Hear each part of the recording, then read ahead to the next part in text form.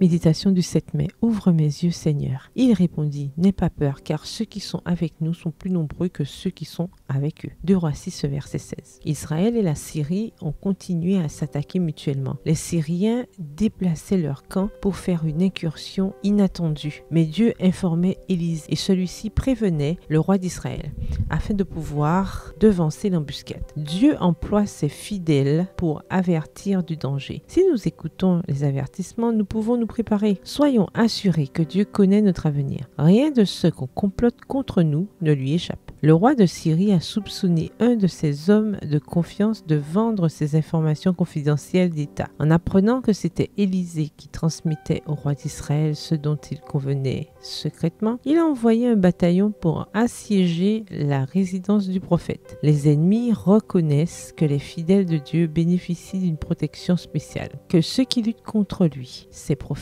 et son peuple sont maladroits. Que vos ennemis sachent que vous avez un Dieu puissant. Le serviteur d'Élisée s'est réveillé un matin pour découvrir que la maison, mais aussi toute la ville, était assiégée par l'armée syrienne. La peur l'a envahi et il a demandé à son maître, qu'allons-nous faire ?